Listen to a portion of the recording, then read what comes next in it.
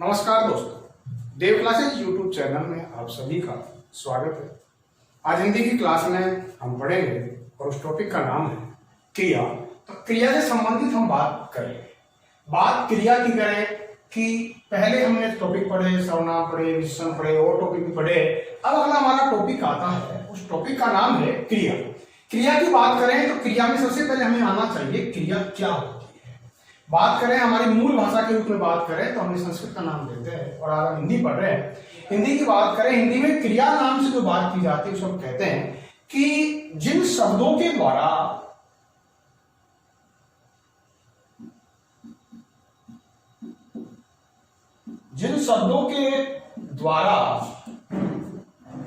किसी कार्य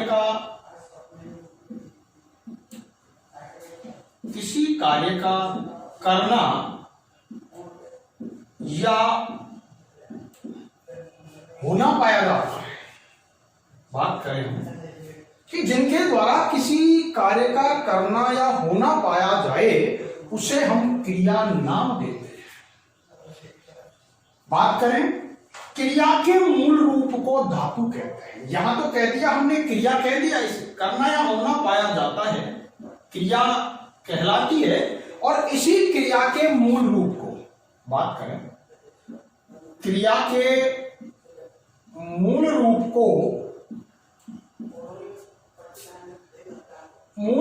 को हम धातु कहते हैं, धातु नाम देते हैं। बात कहते हैं,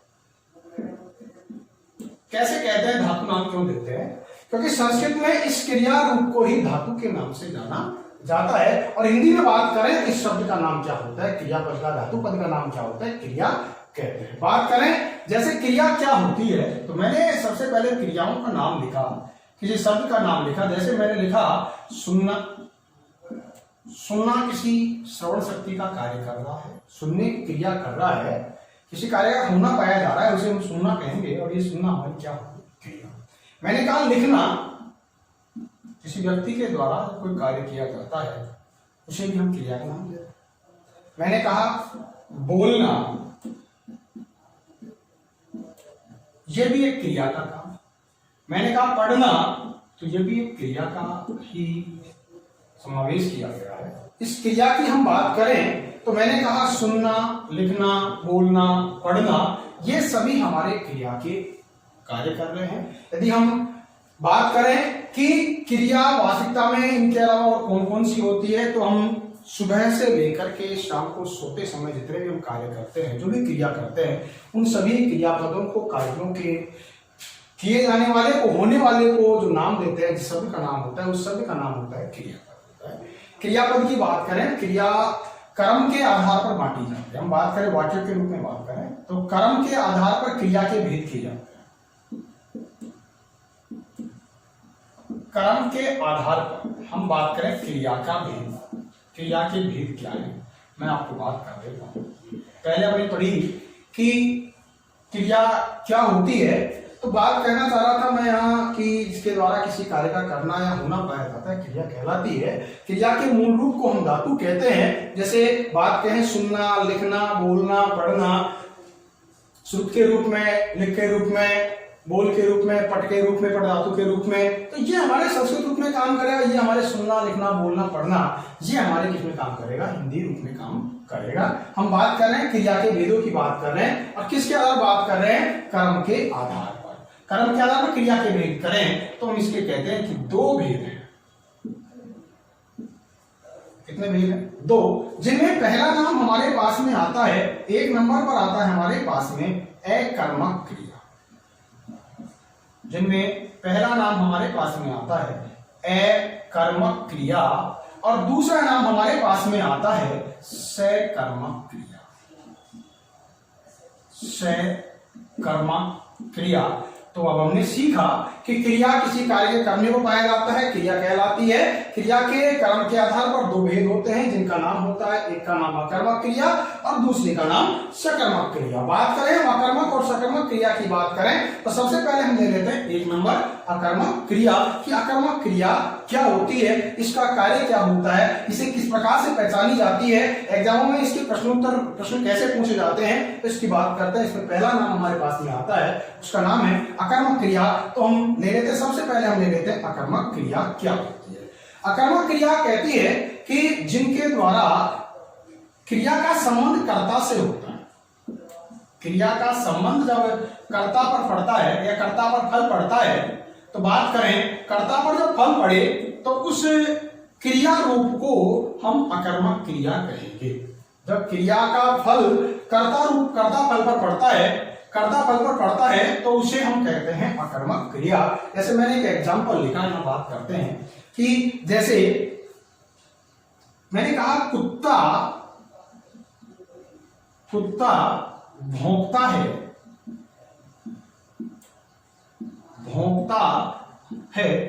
यहां हम बात करें कुत्ता भौंकता है, तो यहां कर्ता जो है वो कर्ता कौन है, कुत्ता है। तो मैंने कहा कुत्ता हमारा क्या हो गया, कर्ता हो गया।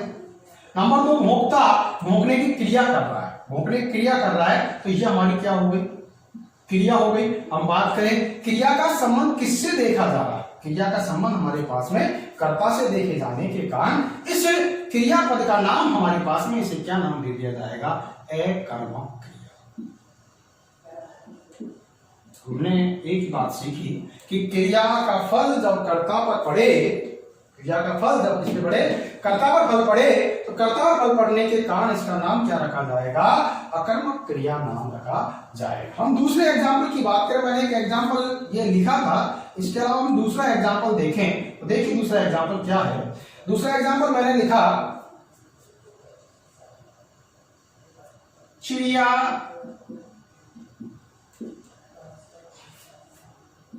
चहचहाती है। चिड़िया चहचहाती है। यहां चहचहाना हमारा एक शब्द है और पद है, इसी पद का नाम है क्रिया। और चिड़िया शब्द जो है यहाँ कर्ता का कार्य कर रहा है, और कर्ता का कार्य करने के कारण कर्ता क्रिया का संबंध जब कर्ता से हो रहा है, तो इसे भी हम क्या कह देंगे, अकर्मक क्रिया नाम दे देंगे। तो हम इसी की बात कर रहे थे, अकर्मक क्रिया। तो इसकी परिभाषा हम देखना चाहें तो कही जाती है, जिन पदों के द्वारा क्रिया का सीधा संबंध कर्ता पे यदि पड़ता है, कर्ता पर फल पड़ता है, तो उस क्रिया पद को हम अकर्मक क्रिया नाम देते हैं। और एग्जाम्पल हम यदि देखें तो देखिए, और एग्जाम्पलों की हम बात करें तो देखिए, और एग्जाम्पलों की हम बात करें तो देखिए क्या क्या कौन से एग्जाम्पल हमारे पास में होते हैं। मैंने और भी एग्जाम्पल लिखे, जैसे मैंने लिखा, पेड़ से पत्ता गिरता है। पेड़ से पत्ता गिरता है, तो यहां बात जो की जा रही है, क्रिया हमारे पास में क्या है, गिरना हमारी क्रिया है। और कर्ता का कार्य कौन कर रहा है, पत्ता। गिरने का काम कौन कर रहा है, पत्ता कर रहा है, इसलिए इसे क्या कह दिया जाएगा, कर्ता नाम दे दिया जाएगा। इसलिए यहां पर कर्ता कौन हुआ, पत्ता, और क्रिया क्या हुई हमारे पास में, गिरना। इसलिए यहां क्रिया का संबंध जो है वो कर्ता से होने के कारण इसका नाम क्या रख दिया जाता है। ये काम हमारे पास में बात करें तो इसे भी हम क्या कह देंगे, अकर्मक क्रिया नाम कहते हैं, अकर्मक कहेंगे इसे। इसके अलावा और भी हम एग्जाम्पल की बात करें, जैसे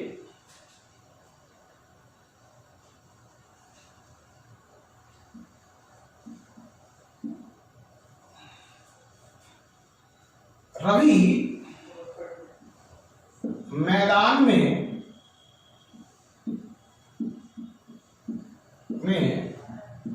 दौड़ रहा है।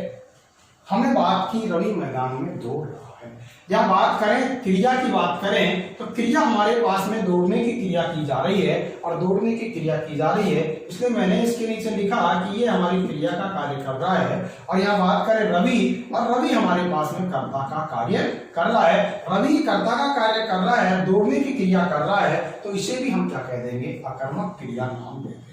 क्योंकि ये भी वाक्य भी हमारा किसके अंतर्गत चला जाएगा, अकर्मक क्रिया के अंतर्गत चला जाएगा। कि रवि मैदान में दौड़ रहा है, तो कौन दौड़ रहा है, रवि दौड़ रहा है। या बात हम इनकी कर रहे थे, इन एग्जाम्पलों की बात कर रहे थे हम। इन 4 एग्जाम्पल हमने देखे। पहला एग्जाम्पल देखा, कौन भौंकता है, तो कुत्ता भौंकता है। कौन चहचहाती है, तो चिड़िया चहचहाती है। कौन गिरता है, पत्ता गिरता है। कौन दौड़ रहा है, रवि दौड़ रहा है। यह अधिकरण कारक के रूप में मैदान में इसका आधार का कार्य कर रहा है। तो यहाँ बात जो की जा रही थी वो यही थी कि ये सभी वाक्यों के अंदर अकर्मक क्रियाओं का प्रयोग किया गया था। तो मैंने भी आपको थोड़ी देर पहले यही कहा था कि क्रिया का संबंध जब कर्ता से होता है, क्रिया का संबंध जब कर्ता से होता है तो उसे अकर्मक क्रिया का नाम दे दिया जाता है। एक तरीका तो इसका यह है कि इस प्रकार से एग्जाम्पल पहचान लिए जाते हैं। इसके अलावा हम दूसरे शब्दों की बात करें, एग्जाम में एग्जाम्पल किस प्रकार से पूछे जाते हैं कि एक एग्जाम्पल पूछा गया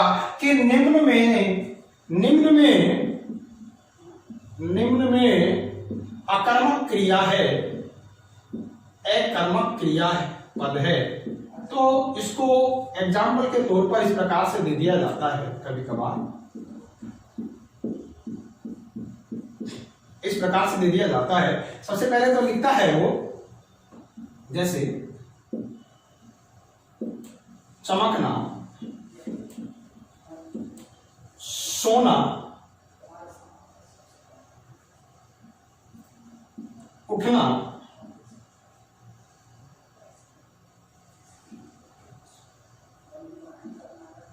और लिखना। अब यहां बात की जा रही है कि इनमें से अकर्मक क्रिया की जगह पूछे कि अकर्मक क्रिया इसमें किस में नहीं है, अकर्मक क्रिया नहीं है। ये एग्जाम्पल यदि आपसे पूछ लेता है तो आप इसमें किसमें कहेंगे अकर्मक क्रिया नहीं है, तो यहां कहेंगे कि इस वाक्य में इन तीनों में तो अकर्मक क्रिया का प्रयोग किया गया है, लेकिन बात करें इस लिखने में तो लिखने के अंदर हमारे पास में किसकी प्रयोग किया गया है, सकर्मक क्रिया का प्रयोग किया गया है। तो एग्जाम्पल 2 प्रकार से पूछ जाते हैं, कई बार वाक्यों के रूप में पूछ लेता है, कई बार वो शब्दों के रूप में पूछ लेता है। तो हमने कहा इस प्रकार वाक्यों की बात की तो हमने कहा क्रिया का संबंध कर्ता से होता है, तो यहाँ कर्ता दिखाई देता है, लेकिन यहाँ कर्ता दिखाई न देकर केवल क्रिया ही पूछ ली जाती है। बताइए इनमें से कौन सी अकर्मक क्रिया नहीं है, अकर्मक क्रिया नहीं है। तो यहाँ पर ये लिखना क्रिया जो है सकर्मक है, चमकना, सोना, उठना, ये हमारी अकर्मक क्रिया है। बात करें इसके अलावा हम बात करें इन वाक्यों की बात करें तो मैंने वापस समझ देता हूं कि कुत्ता भौंकता है, तो कुत्ता भौंकने का क्रिया कौन कर रहा है, कर्ता कर रहा है, तो कर्ता का कार्य कर रहा है, इसलिए मैंने इसमें अकर्मक क्रिया का नाम बताया आपको। आपने देखना होगा कि जब भी कभी अकर्मक क्रिया का प्रयोग होगा वहां कर्ता का प्रयोग होना अनिवार्य है, अर्थात क्रिया का संबंध हमेशा कर्ता से होना चाहिए।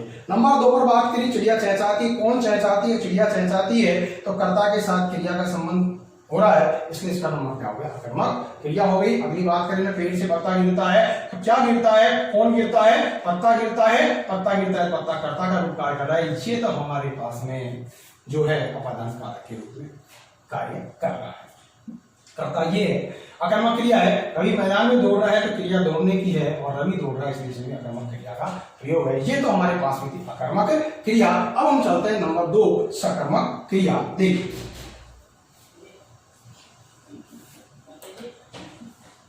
नंबर 2 बात करते हैं हम सकर्मक क्रिया, और सकर्मक क्रिया की बात करें तो देखिए हम सकर्मक क्रिया क्या होती है इसकी भी हम बात कर लेते हैं। नंबर आता है 2, और नंबर 2 की बात करें तो नंबर 2 पर आता है हमारे पास में सकर्मक क्रिया। सकर्मक क्रिया क्या कहती है, सकर्मक क्रिया कहती है कि जिन क्रियापदों के द्वारा सीधा संबंध या क्रियापदों का सीधा संबंध बात करें हम, क्रियापदों का सीधा संबंध कर्म पर फल पड़ता है।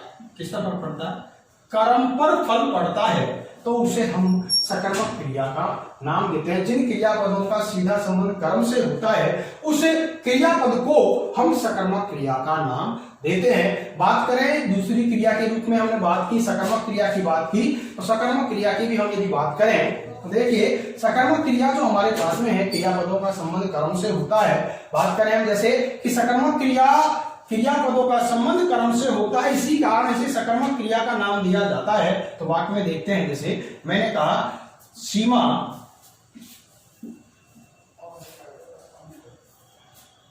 ढोलक बजाती है।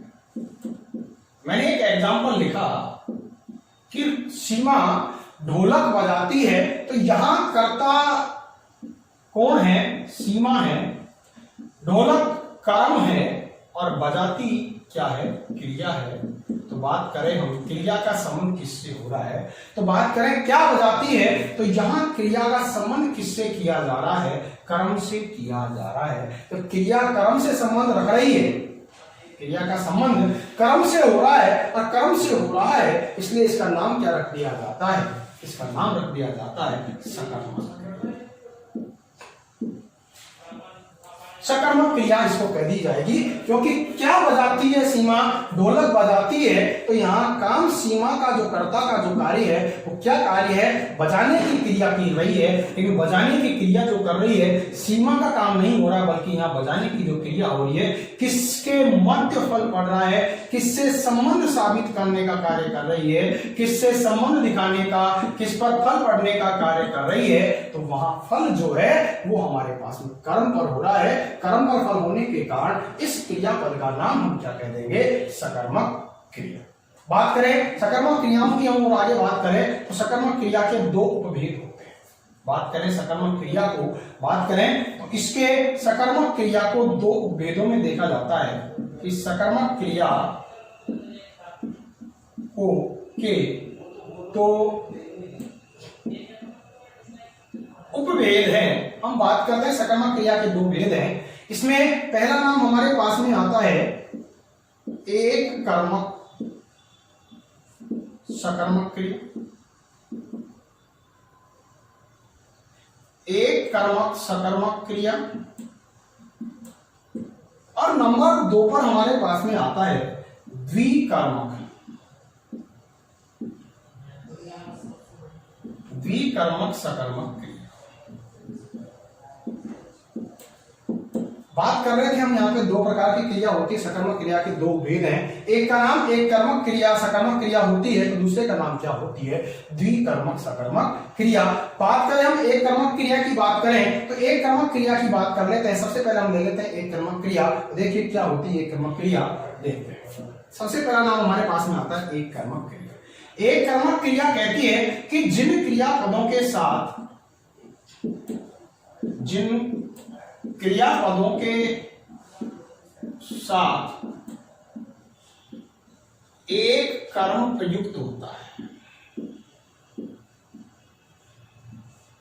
जिन क्रियापदों के साथ एक कर्म प्रयुक्त होता है उन क्रियापदों को एक कर्मक क्रिया के नाम से जाना जाता है। जैसे मैंने कहा, एक एग्जाम्पल लिखा मैंने यहां पे, जैसे या एक से अधिक एग्जाम्पल हमने लिखे, तो मैंने सबसे पहले लिखा मानव,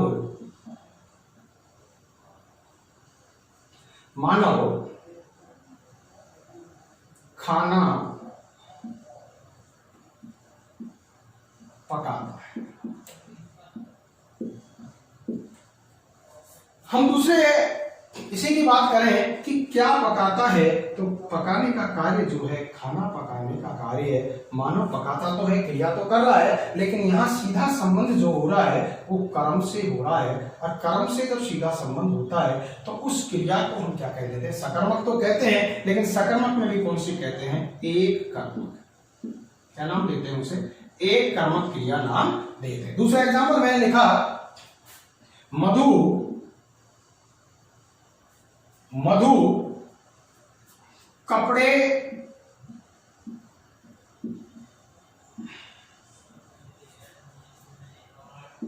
धोती है, मधु कपड़े धोती है। तो क्या धोती है? संबंध हो रहा है हमारे यहाँ पे, कपड़े का संबंध हो रहा है, और कपड़े से संबंध हो रहा है। कपड़ा हमारे पास में क्या है? कर्म है, और कर्म होने के कारण ये हमारे पास में किस के अंतर्गत चली जाती है? एक कर्मक क्रिया के अंतर्गत चली जाती है। नंबर 2 की बात करी हमने, मधु कपड़े धोती है, तो यहाँ कर्ता मानव है, मधु है, या और भी कोई किसी भी अन्य कोई हो सकता है पुरुष के रूप में, लेकिन यहाँ कार्य जो किया जा रहा है, पकाता क्रिया खाना के संबंध का बोध करा रहा है, और धोती क्रिया कपड़े का बोध करा रही, कपड़े में फल पड़ रही है, इसलिए इस क्रिया का नाम रख दिया सकर्मक में भी एक कर्मक क्रिया। दूसरा मैंने कहा माधवी माधवी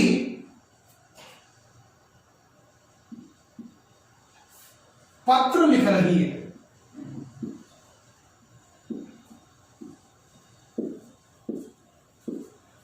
माधवी पत्र लिख रही है, तो यहां बात करें कि माधवी पत्र लिख रही, तो क्या लिख रही है, तो यहां लिखने का कार्य जो है वो पत्र है, और पत्र हमारे पास में एक कर्म का बोध करा रहा है। तो कपड़े धोती क्रिया के साथ में यहाँ कपड़े का बोध किया गया, पकाता के साथ में खाने का प्रयोग किया, अर्थात सभी के अंदर एक कर्म आया, और एक क्रिया के साथ जब एक कर्म आता है तो उसे एक कर्मक क्रिया का नाम देता है। अगले बात करते हैं नंबर 2 पर, उसका नाम आता है द्विकर्मक क्रिया। तो ये तो था हमारे पास में एक कर्मक क्रिया। नंबर 2 की बात करते हैं, द्विकर्मक क्रिया। नंबर 2 आता है हमारे पास में द्विकर्मक क्रिया। बात करते हैं अभी द्विकर्मक सकर्मक क्रिया। द्विकर्मक सकर्मक क्रिया, द्विकर्मक सकर्मक क्रिया कहती है कि जिन क्रियापदों के साथ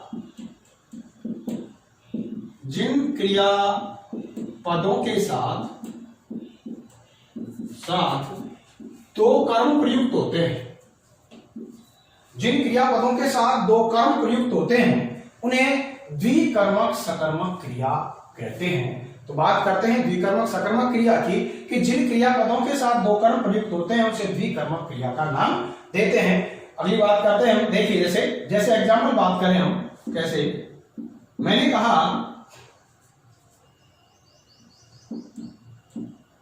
रवि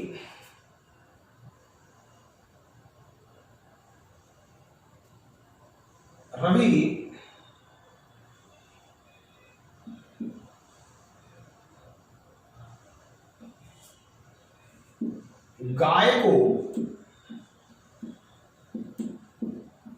चारा खिलाता है। मैंने कहा कि रवि गाय को चारा खिलाता है, तो यहां क्रिया जो है हमारे पास में खिलाने की क्रिया का बोध किया जा रहा है।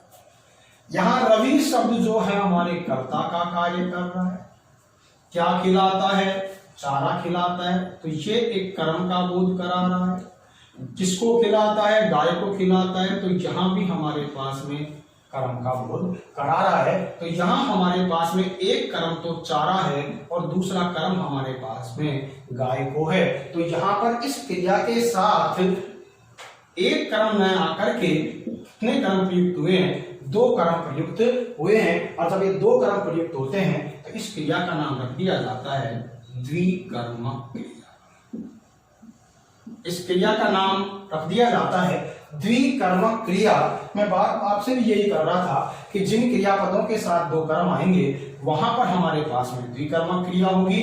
जिन क्रियापदों के साथ में एक कर्म प्रयुक्त होगा वो एक कर्मक क्रिया का नाम जाना जाएगा। तो मैं बात आपसे यही कर रहा था, एक कर्मक क्रिया सकर्मक क्रिया दो प्रकार की होती है। एक का नाम एक कर्मक होता है तो दूसरे का नाम द्विकर्मक क्रिया होता है। दूसरा एग्जाम्पल हम देखते हैं। दूसरा एग्जाम्पल लिखा मैंने, अध्यापक छात्रों को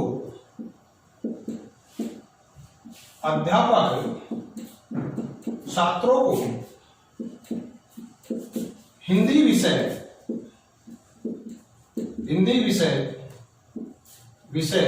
पढ़ा रहे हैं। ये दूसरा एग्जाम्पल हो गया। देखिए, अध्यापक छात्रों को हिंदी विषय पढ़ा रहे हैं, तो क्या पढ़ा रहे हैं बात करें तो यहाँ सबसे पहले तो एक कर्म तो यहाँ हिंदी विषय के रूप में देखा गया है, और दूसरा कर्म जो देखा गया है छात्रों को देखा गया है। तो यहाँ दो कर्म आ रहे हैं और ये हमारे पास में कर्ता का कार्य कर रहा है, ये हमारे पास में कर्म का कार्य कर रहा है।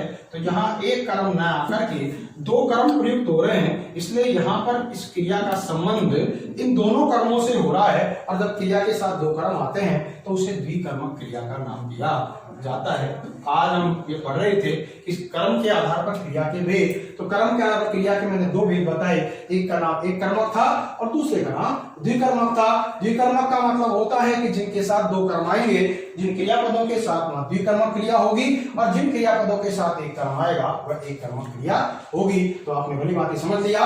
अगली बात करते हैं, इस क्रिया के रूप में हम बात करते हैं, इसमें भी कई प्रकार की बातें की जाती है।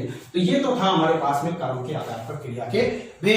तो मिलते रहे, ये आज क्लास नहीं छूटती है, इसके बाद हम अगली क्लास में फिर से मिलेंगे, दोबारा होंगे। तो यूट्यूब चैनल को आप सब्सक्राइब करें, देखना ना भूलें, पूरा देखें, साथ में मित्रों सभी से संपर्क करें, सभी से सलाह लें, अच्छा पढ़ें। ध्यान रहे, जय हिंद।